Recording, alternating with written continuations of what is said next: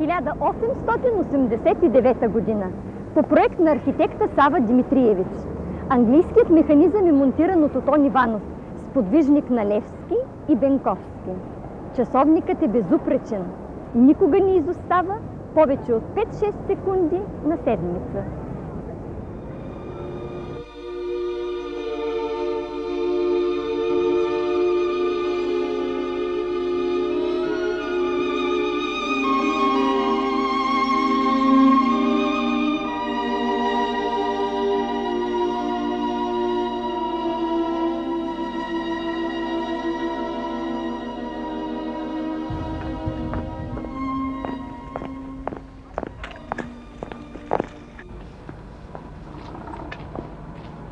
Добър ден. Добър ден. Вие сте Красибаев, нали? Да. Вие сте изследовател на делото, съдбата и мемуарите на Отон Иванов. Да, проучвах неговия живот, факти, явления, събития. Съпознавах с голямата епоха на нашите национални борби, на Априлското въстание. Да, вие сте разчели всички негови писма. Какво ви привлече в тази полузабравена съдба? Порази ме неговата личност, неговия живот, отдаден специално на борбата.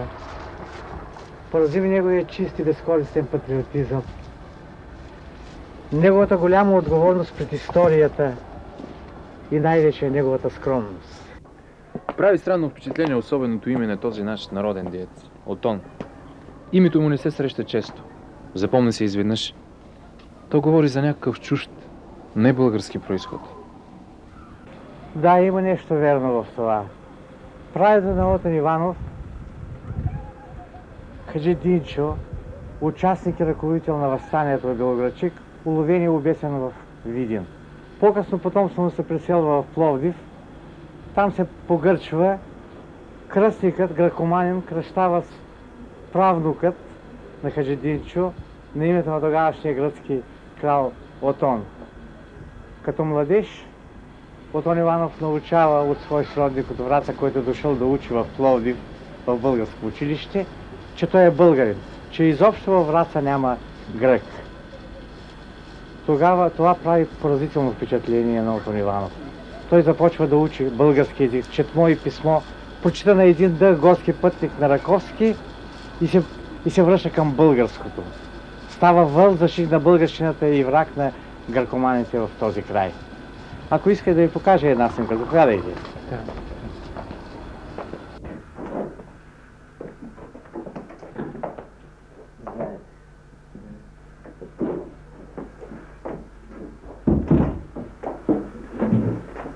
Заповядайте, те са от нашите лози. Да, благодаря.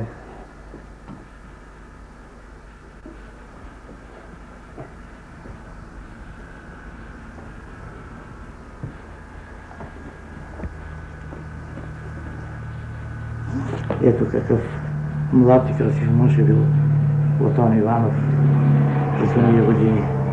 Наистина красив българин. Сподвижник на Левски, познайник и помощник на Бенковски в трудни и опасни моменти при Априлското въстание, апостол в Пловдивско, Станибършко, Пазарджишко, останал жив по чудо след разгрома на Априлското въстание. Това тук е семейството, нали? Семейството. Това е едно старини. Това е, може би, едно от последните снимки.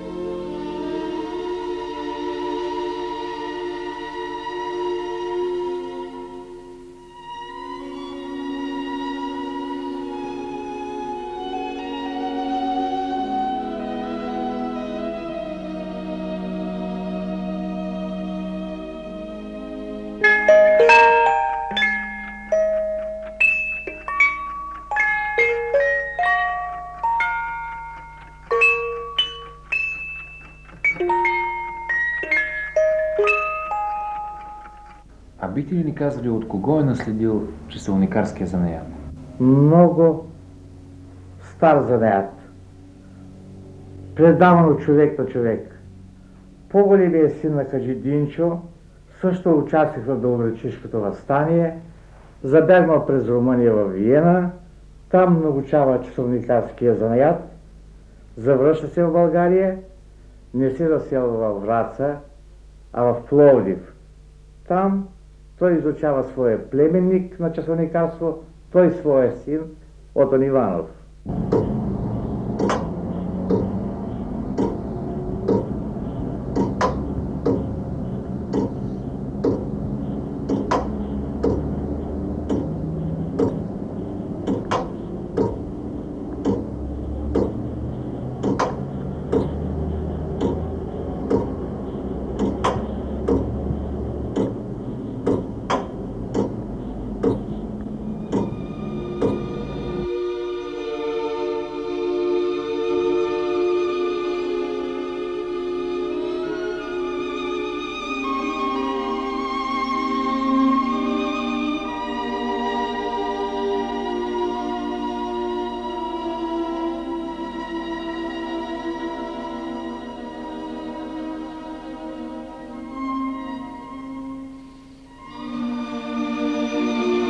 Ето тук под градската кула часовник прекарал последните години от своя живот Отон Иванов. На 3 декември 1934 година на 82 годишна възраст умира старият поборник, забравен от всички. Нито един вестник, нито едно списание, нито една обществена организация не отбелязва тази смърт. А управляващата буржуазия просто не го е познавала.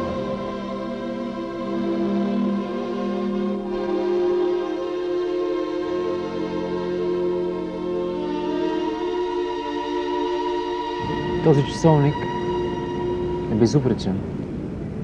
Той никога не се е отклонявал повече от 5-6 секунди на седмица. Отон Иванов е предал часовникарския занаят на своя син Иван Отонов. И му е завещал да се грижи за градския часовник и да бди за варненското време. Тая фамилия Отонови като че ли се е вградила в историята на градската кула. Кой заклева Отон Иванов? Бенковски. При първото му посещение в Татар Пазарджик, при първата среща, заклева Отон Иванов.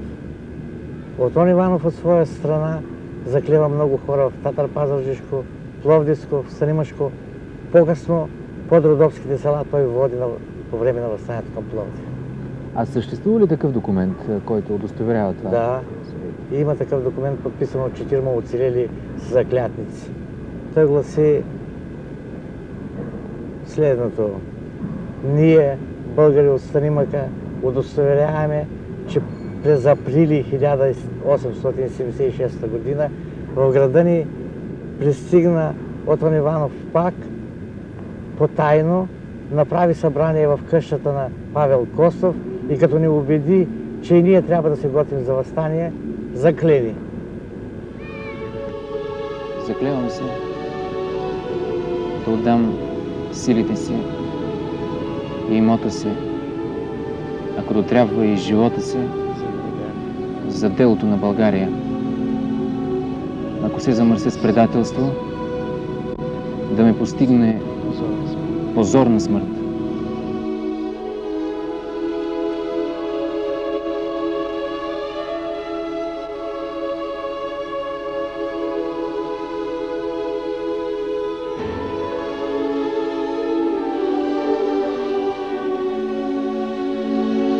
Бенковски определя Отон Иванов за началник на комитетската тайна полиция. А какви са били задачите на тази тайна комитетска полиция?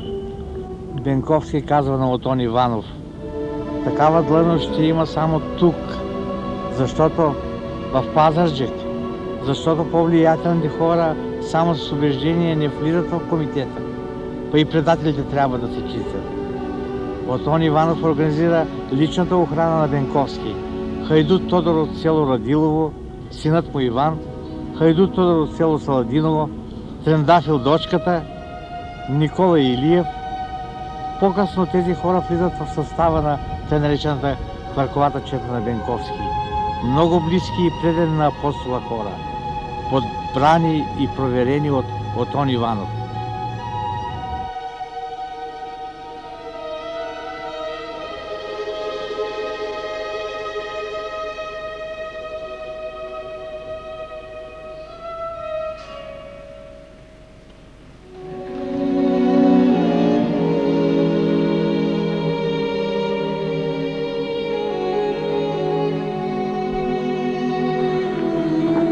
Това е стария Пловдив, нали?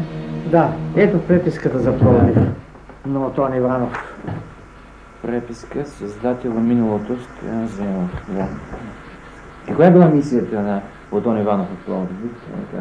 Отон Иванов е бил определен от Бенковски за ръководител на запалването на Пловдив. Да. Но преди да отиде в Пловдив, той трябва да се отбие в Батак, тъй като батачани са били разколебани. Отива той, говори на батачани, възпламенява техният патриотизъм и онова, което става с Батак, знаем, говори за това, че словото на Отон Иванов е подействало, запалвало. Ето четете, това записки писане от ръката на Отон Иванов. Да. Решено било да се запали Пловдив от 10 места. Да се разруши един железопътен мост при село Катуница. След подпалването на Пловдив, съзекляпниците да вдигнат околните села и да ги поведат към Средна гора. Както знаете, Пловдив остава незапален, съзеклятниците не успяват да излязат в околността да повдигнат селата. Всичко това подейства много лошо върху Отон Иванов. Той дълго време след освобождението това е възбуждало в него мисълта. Коя е причината? Кое е онова попречило за запалване на Пловдив? И той в края на края ще установява, че в работа има предателство.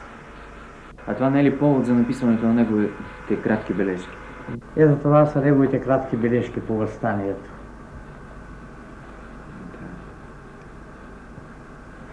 Според мен, това са единствени по рода си. Живата, неспокойна памет. Огромното желание на един човек нищо да не се забрави от миналото. На всяка цена потомство да запомнят събития и хора и точните имена и фамилии. Защото след освобождението започва спекулата с фактите. Около държавна трапеза се настаняват лъжепатриота съмнително, а често пъти с позорно минало. Какви са качествата на тия забележки? Тези бележки са, според мен, най-уникалното наследство от тази епоха. Те са най-свежият спомен, оставен на потомството от очевидец, активно участник в събитията. Писани са по горещите следи на времето. От тях лъха неизветряла белизма на барут и не изтляли още пожари. Тяхното качество е обективност, строгост на изложението. Никакво разкрасяване, сурово, бих казал, фанатично преклонение пред факта, пред историческата правда, истината. Никаква измислица, никакво фантазиорство, никакво преживяване лично, никакво надценяване на собствената личност. Така може да пише само човек, който наистина е непосредствено, познава непосредствената сила на факт. Да, ще позволите ли? 3-4 дни преди Тодоров ден, в града Татар Пазарджик, като размишлявах с Яков Матакиев и Константин Величков от Варошкото училище, по какъв начин да се проводи на султана подписаното вече изложение от цялата каза, с което се заявяваше, че българският народ иска конституционни правдини, изненадейно отвориха се стайните врата и ми кимна да изляза вън познатия на мен панагюрец Георги Монев. Дошъл беше един проповедник за въстание от Панагюрище. Отон Иванов не притежава изискан стил дарба на разказвач, но времето го е научило на нещо много по-важно – динамика на описанието. Забележете, ненадейно отвориха се стайните врата.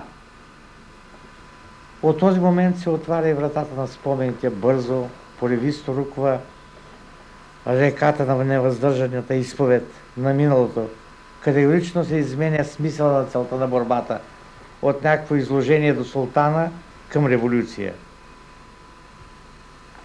Вижте как е документирано огромното човешко обаяние на Бенковски. Да, ето тук. Бенковски не ходеше с кюмюрени дрехи и прочие, като другите, по подражание на Левски, само да му се удивляват, а не да му се боят. Той ходеше като сила. Бенковски вземаше на страната си буйните и ги настройваше срещу философите. Ето едно място, каквито треперушки и философи почти при всяко заклятие е имало. Да, а ето тук е записал думите на Бенковски. Аз искам направо да провъзглася въстанието, а не да го приготвя. Ние вървим подирите на Левски, но не вече да възбудим и приготвим, а да извършим. Бенковски при съставя на комитетите гледаше те да се състоят не само от учители и интелигентни младежи, а да бъдат смес от хора интелигентни, хора яснафи, хора недоволни от положението. Да, много точно Отон Иванов се ориентирал в сложната личност на Бенковски. И по-нататък.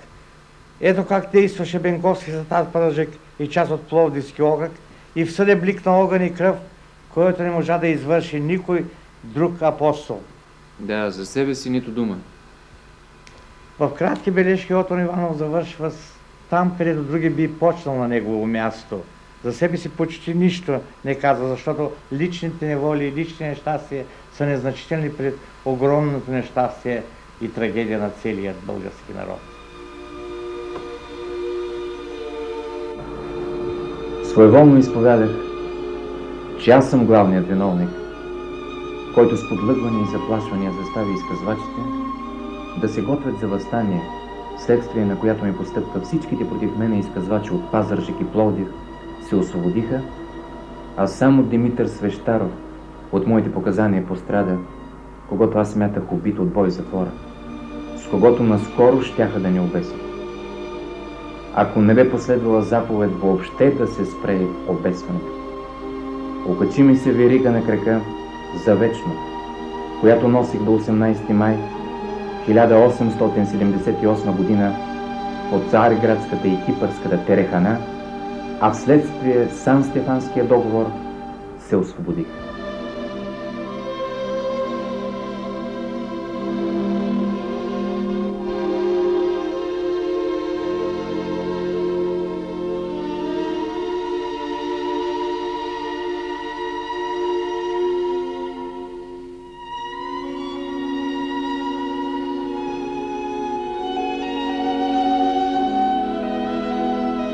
Това е писмо от Захари Стоянов до Отон Иванов.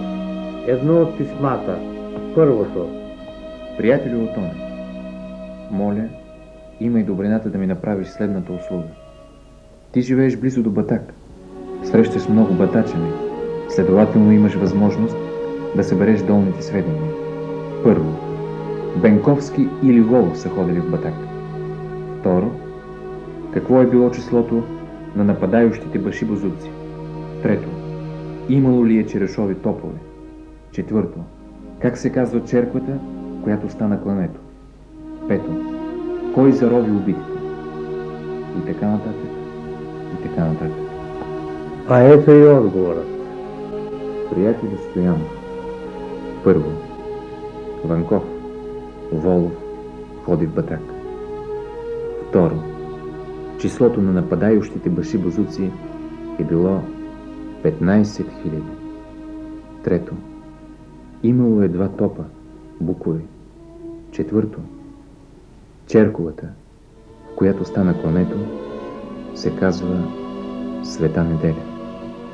Пето, някои от батачени пърлиха, а по-голяма част заровиха, а живите батачени, завръщающи се от горите, събираха се в град Пещера.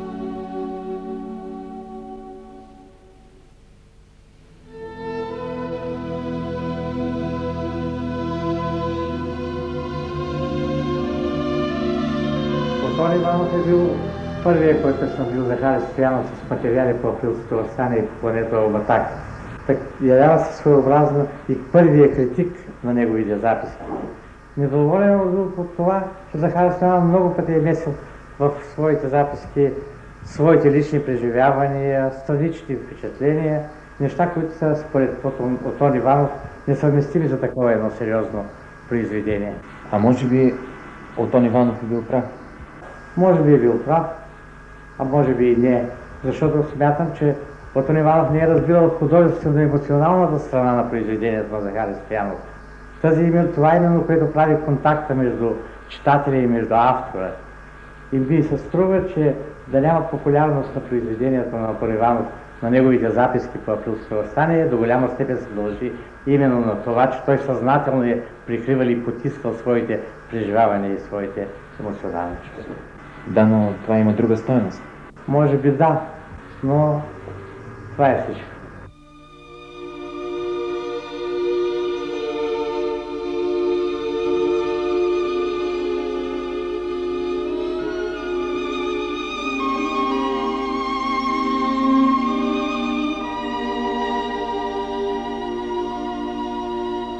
Всички проблеми, свързани с изграждане на нашата музикална култура, особено в годините преди и след освобождението, са били продиктувани от желанието и стремежите на нашите музикални деятели във всяка стъпка да утвърждават българското начало и да влагат в него същността и мисълта за това, че трябва да се укрепва и създава една нова национална музикална култура.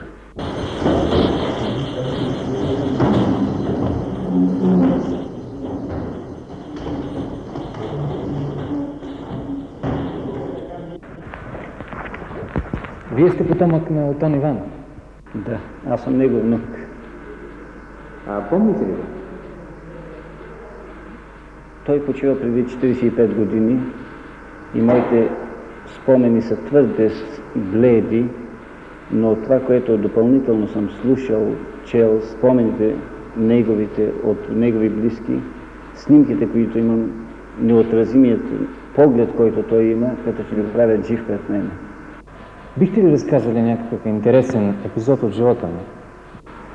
По-голямата част от своят път като революционер той го е описал много точно и дословно. Има някои неща, които се знаят в семейството, които се предават едва ли не като легенда. Бил е добър музикант и след свиране на тамбура. След залавянето в Пловдив, лежат известно време в пловдивските зандани, след това ги отпращат през Цариград за Малоазиатския бряг.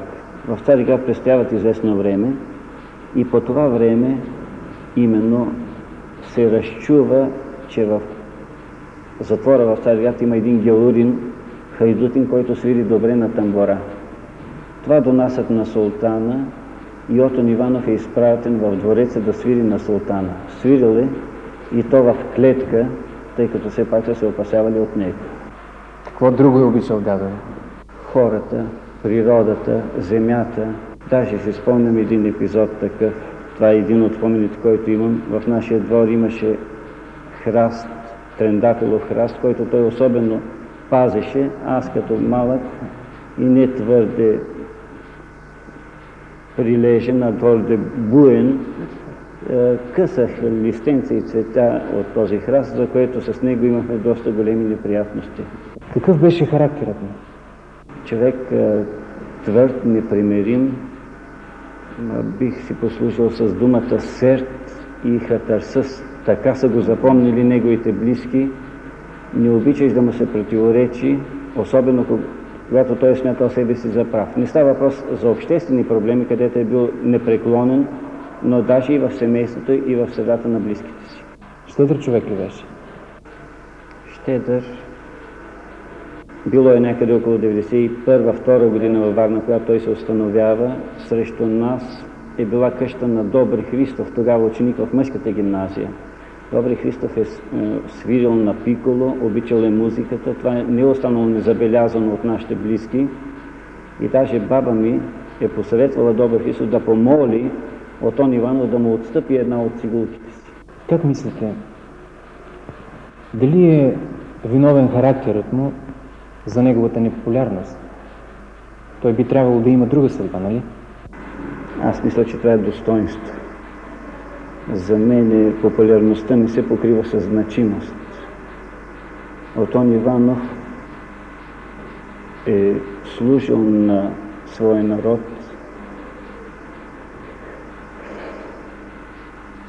И трябва да ви кажа, аз имам тук негови снимки, ние в къщи не смеем да поставим снимката му, защото тя ни респектира. Това е последната надежда. Да.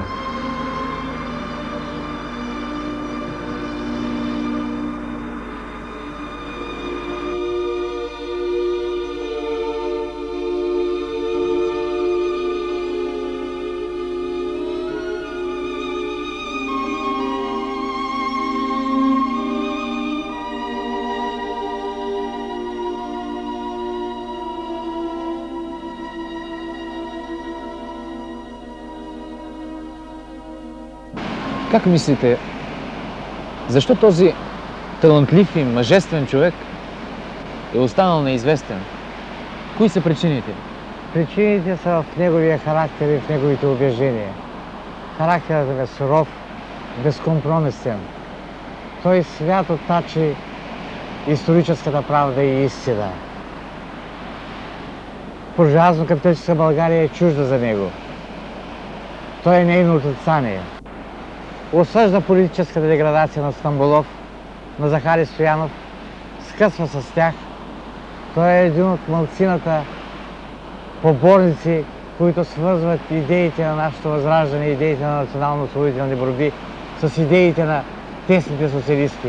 Сам става един от първите членове на Социалистическата партия в град Варна. Езикът му е остър, прям. По доклад на Стамболова, със заповед на Фердинанд е уволнил от незначителната служба, която е изпълнявал, след което се отдава на бащиния занаят часовникарството. Нали знаете Вазов, бедни македонски, защо не умря при Гредетин? Имам чувството, че той нарочно свързва съдбата си с градския часовник. Като че ли се сраства с времето. Вярва ли, че неговия неумолим ход ще определи точно събитията и хората? Ще отдели истинското от фалшивото, достойното от недостойното.